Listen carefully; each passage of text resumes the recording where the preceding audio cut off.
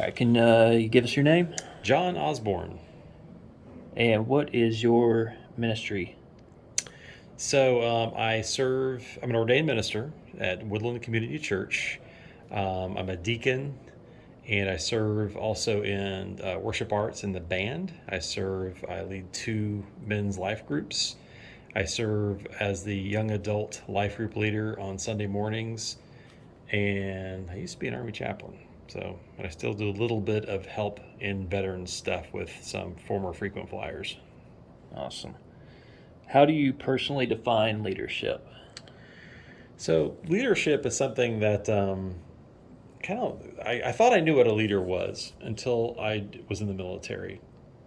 And a leader is somebody who's really that person, to me, that in the Army it was like you were taught to basically take care of your people, and as a leader, you work. Supposedly you're in charge, but really what you're there to do is take care of your people and make sure that they're going towards whatever mission and goals and objectives that you have. But they're also going forward in a way together as a team, and also going forward together in a way that is positive, consistent. Like in our case, it was like consistent with the Army values and this kind of thing, consistent with the values of your organization, and also you're investing in them. So a leader is, I'd say it's a sacrificial role, but it is sort of a sacrificial role. You think of Jesus, washing the disciples' feet. And as a leader, that's really what you need to be doing, taking care of your people and making sure they're successful in what they do.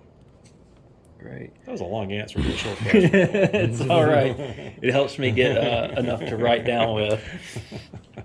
What are the most important practical lessons that you can share with me? Things that no one told you about ministry leadership.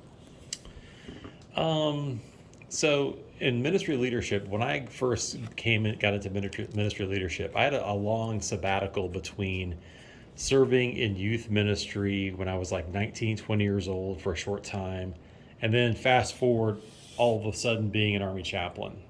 Really not much in between in terms of serving in ministry. And I didn't grow up in the church. So some of the basic things about church life, about even about the Bible, I just didn't have that firsthand knowledge of. Didn't grow up in Sunday school, anything like that. So what was the question again? I'm kind of going on a rabbit trail. Things that no one told you about ministry. Yeah. So in terms of serving, some of the things that they didn't tell me about was really how much knowledge I think these days of the Bible that you need to have to be helpful, to be a disciple, to be a teacher, you can't just rely on the red letters. You got to really know more in depth, I think, to be adequately equipped, and almost a level of apologetics to a certain degree, and knowing some of the background of the Bible, why it was written, who it was written for, that kind of thing. Yeah, I agree. I think I believe that every Christian should be an apologetic, at least to some degree, to their level of expertise. Yeah, and it's such a deep thing to try to. It's one thing okay, I know the stories of the Bible, but then all of a sudden to know the background of it, and to know how it compares to other ancient literature, how it compares to modern science, for creation. And, it's just deep stuff. Yep. All right, what biblical books are you reading right now? So I got a couple going on. One's by Tony Dungy. It's one we're working on together in men's Bible group. I also have another men's Bible group that we're doing. J. Warner Wallace, who's an apologist. We're doing Cold Case Christianity together as a group.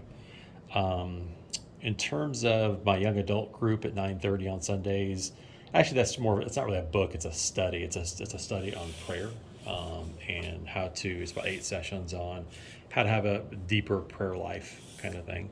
So it's not really a book, I'd say. And I've got about 6 books on my on my bedside table that are in various stages of being read. Everything from Paul Turek, the apologist, to another J. Warner Wallace book, to there's this book called The Portable Seminary. Dude, where was that when I was in seminary, for crying out loud? I do things hard. It's like the Cliff Notes is like, you can't see this in the video, in the audio, but it's this thick, right? It's a phone book size Portable Seminary. Cow. But dude, it's one of the best books I've ever had because it summarized everything in seminary. But anyway, it's good stuff. What sources do you use to study and or consult for ministry engagement? I guess that might tie in with the previous one. Yeah, so when I read the Bible, I'm doing a study right now via the Bible app, actually, on my own. I have to do so many other Bible studies. I'm not good day in and day out with this one in-depth one. It's basically just reading the Bible more in depth from the beginning to end. And I'm only like on Genesis 3, so it's like not that far into it. But what I do when I read the Bible is I really kind of dive in. I have the Bible open, I have a Bible dictionary, and I'll get 5 more words in. I was like, oh, what does that word mean? I look at the Bible dictionary and, oh, it means this, and here's the background of it. Then I'm 3 other definitions into looking at maps, going on Google and looking where they are. I really like dive in, and then of course it takes me forever to get a page in. But that's how I like doing it, though, because it really comes alive for me doing it that way. Right. Well, you actually answered one of the other questions, so I'll be able to skip that one. Thank goodness. What other arenas of leadership do you look to learn from? I for podcasts, I listen to Cold Case Christianity. I listen to Frank Turek's podcast. I also listen to, I love, the guy who's like not Scottish or Alistair Begg. Alistair Begg, Love yeah. Alistair Begg. And occasionally I'll find myself going into an old Billy Graham something or other, because I just feel like his flavor of faith is sorely needed today. It is. Somebody who's just like, it's another book I'm reading is called Truth Over Tribe, and that's a really interesting perspective too on it, because it reminds me of this guy, Billy Graham's Christian Worker's Handbook. But yeah, it's another book that's on my bedside table. I'm about halfway through. Okay. That keeps, because politically we all want to be kind of pegging to the right, it seems. I'm that way too. That's kind of how I was kind of raised, grew up from Alabama and all that stuff. But then there's some things just like, well, here's what Christ taught. And not to say that some of the things are deal killers for you in your faith, but we just always got to remind ourselves of what we're supposed to be about, what we're supposed to be putting as a priority in the things that, Christ spoke about, that Christ preached about in terms of loving our neighbor and that kind of thing. Right. All right. What's the biggest challenge that you face as a ministry leader? Probably, I just feel like I need to know more. I feel like especially when you're young adults, that's kind of like my area of, I feel a calling to, in terms of, because like being a chaplain, everybody was 19 to, 30s for the most part. I mean, there were some older men and women in the ranks too, but much fewer of them. But the big group was young adults. So no, I just feel like a kind of a passion towards them and a calling towards them, and being ministering to that age group. And they have a lot of giving the era they were raised in, social media and just information, galore, right and wrong, kind of thing. They challenge you in a lot of ways. And I went back to school, and I ended up getting another master's degree in environmental science. And why, you say, would you do something so communist as that, right? So, because every time when we had our, Scotty here had that Coffee Loft t-shirt on. Mm-hmm. So we had the Coffee Loft on 41 by New College. And when Pastor Kevin was here, he invited me down there to do talks. And dude, it was always, you guys are full of crap.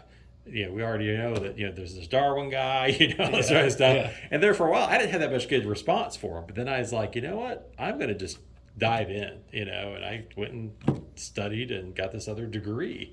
And you can start to see where biblically in this stuff, it's not perfect, but you see some things in the apologists like Frank Turek, and they did a better job actually than I even researched on my own. And J. Warner Wallace and some other ones have really shown you where, this Bible isn't too far off from where research, and honestly, the more research that happens, the better and better this book looks. Mm-hmm. It's almost like my dad had this book called Unger's Bible Handbook. It was published in the 1960s. It was about biblical archaeology. And basically, if you were to hold up a Bible, back in the 60s, I'm only holding up, for example, about 3/4 of your Bible. The other fourth of your Bible, you could find about that much information in archaeology, modern archaeology. And that was back in 1960s. Well, now, it's probably not quite half, but a lot of the places they found evidence for, and and it's not a bunch of Christians out there digging holes. It's Right. it's secular archaeology, not just a bunch of biblical archaeologists. In an So attempt to try to prove the Bible wrong, they Yeah. keep finding evidence that proves the Bible right. yes, Yeah. yeah. So it's almost like hands off. It's happening whether Yeah. whether you want it, like it, or hope it happens or not. Right. It's happening. And but of course, when you have that type of archaeologist who isn't a Christian find stuff, sometimes they're not always aligning it to exactly to what this says either. So they're still interpreting how they want to interpret. Well, I think it's funny because have you seen Is Genesis History? It's Genesis History. Mm-hmm. Loved it. Yeah. Absolutely loved it. And especially, and I didn't know that they were doing this, but they're finding fossils like that. I guess it's like a branch off of the Triceratops family, whatever. Mm-hmm. They found soft tissue, Mm-hmm. and they applied it to, I guess, some form of chemical. I'm no scientist. Yeah. And, Carbon they dating or went whatever. and they went in to talk to the secular scientists. Said, in what world does 65 million years produce soft tissue? Mm-hmm. And they can't. Mm-hmm. There's no way that it does. Yeah. And so the only plausible explanation was a very rapid and almost explosive sediment settlement Mm-hmm. due to what most religions and especially Christianity know as Noah's flood. Mm-hmm. And it's just really interesting because they say the further you go up towards mountains, you start seeing different species and branches of these animals buried in certain locations. And Yeah. it makes sense that, hey, over 40 days, they were trying to escape these floodwaters, and some of them just didn't make it. Oh yeah. This zone, well, that animal was way too big to climb that cliff or whatever, and they didn't make it. So Yeah. really interesting stuff. Yeah. Well, I just got a couple more here. Yeah. Go ahead. And because I think we definitely got more than enough. So I do want to ask, what is your ministry philosophy? Or in other words, what are some key components for ministry leadership development? So in terms of ministry philosophy, mine is really just, it's like a don't say no philosophy. It's, I think if we're asked to do something or we see something needs to be done or somebody needs to be ministered to, we just need to jump in. And we always can ask for help if we feel like we're in over our head. Like we had an example tonight of Daniel saying with that, here he is, brand new deacon, and he's thrown into a situation where kid in his baseball team dies, and he's leading that team through this. He's doing an incredible job. And it's just like you really just gotta step up, trust God, pray about it, pray for resources, pray for help if you don't feel like you can do it. But don't say no. Don't not do it, because there's opportunities that God puts in front of you every day, all day, to be there for people. Great. All right, so how do you admit and fix a problem in your leadership? How do I admit and fix a problem in leadership? So a lot of it is, just like I said previously, it's asking for help. And also it's wanting help and wanting to be corrected. One of my favorite things in the Army was after action reports. And it's also something we did in civilian county emergency management. Anytime we had an exercise or a hurricane, whatever, after all the said and done, we would sit down. How did we do? What was good? What was bad? What we could do different next time? And in the Army, we did that with it. Every time I preached, I got that from a chaplain assistant and a senior chaplain, and sometimes an NCO leader. Because I'd also ask, how did I reach or not reach every people today? I want to know. Because I want to make it better and better and better and better. That's sort of a leadership philosophy that I learned in the Army. I saw elements of it before I went in the Army. I didn't go in the Army until I was in my 30s. I was like 36 years old. I was an old guy. I was as old as a second lieutenant. So it was this philosophy that that was part of the Army way. And but anyway, that's what I continue to use today. All right. I'm out of here. Y'all stay as long as you want. All right, we're getting ready to Okay. take. I got Yeah. one more question for him. We're out. This is a school project. I found a What do you want to go back and change, if anything?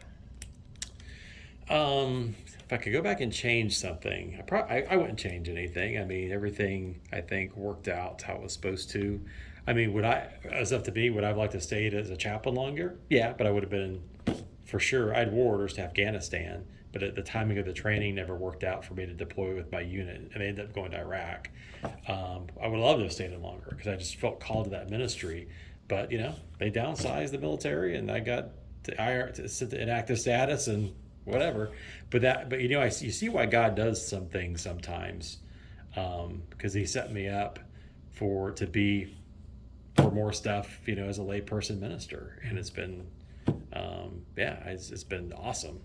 And but yeah, I wouldn't go back and redo anything necessarily. I mean, you do stupid things growing up too. Maybe it's that kind of stuff. I'd probably not go street racing and stuff like that. I was an avid street racer for a while, and so stuff, goofy stuff like that. I wouldn't do again. Right on. Yeah. Thank you.